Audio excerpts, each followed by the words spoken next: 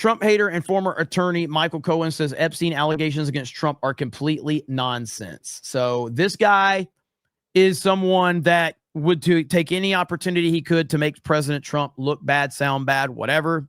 So here we go. So is there a world in which these two transactional guys, Musk and Trump, figure out that it's better not to be fighting and come back together, or you think this No, I think once Elon went so low in terms of talking about Epstein, and if we can stay on that topic for a quick second, look, I have extensive knowledge of Trump, being by his side for almost a decade and a half. Right. Let me dispel all of that notion. While he knew Jeffrey Epstein, and while, yes, he may be in the files in the form of Trump being in the black book, so were hundreds and hundreds of very name-worthy, influential individuals.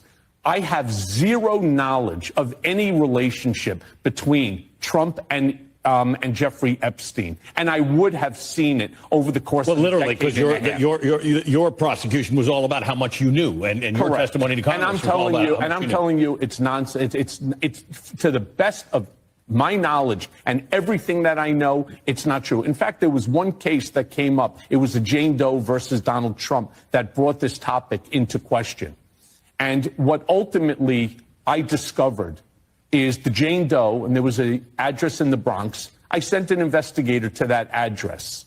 I wanted to literally follow and find out who this Jane Doe was.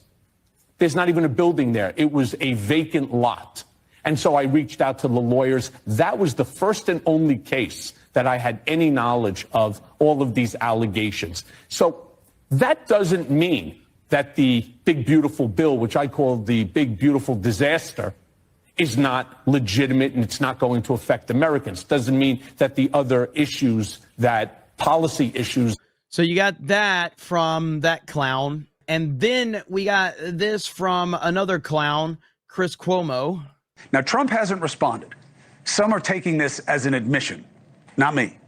I think, again, unless Musk does some serious ass-kissing on the quick, Trump is going to sue him for defamation.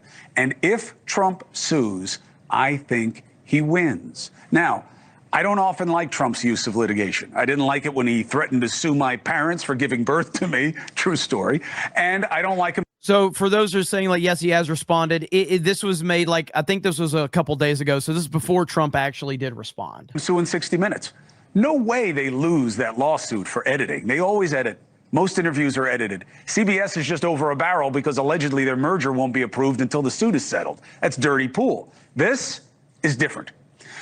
The reason a public figure is easy to insult is because there's a very high legal bar to prove damage.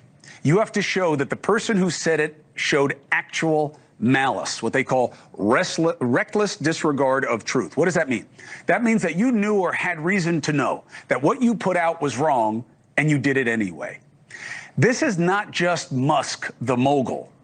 This is coming from Musk, who was so close to the White House that he had all kinds of clearances and access with his Doge guys digging through everything. Trump could argue not only is the allegation false, but that Musk knows it's false.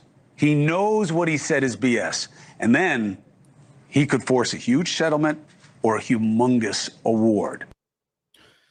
Yeah, I don't know if Trump's going to go down that road. Now, Trump,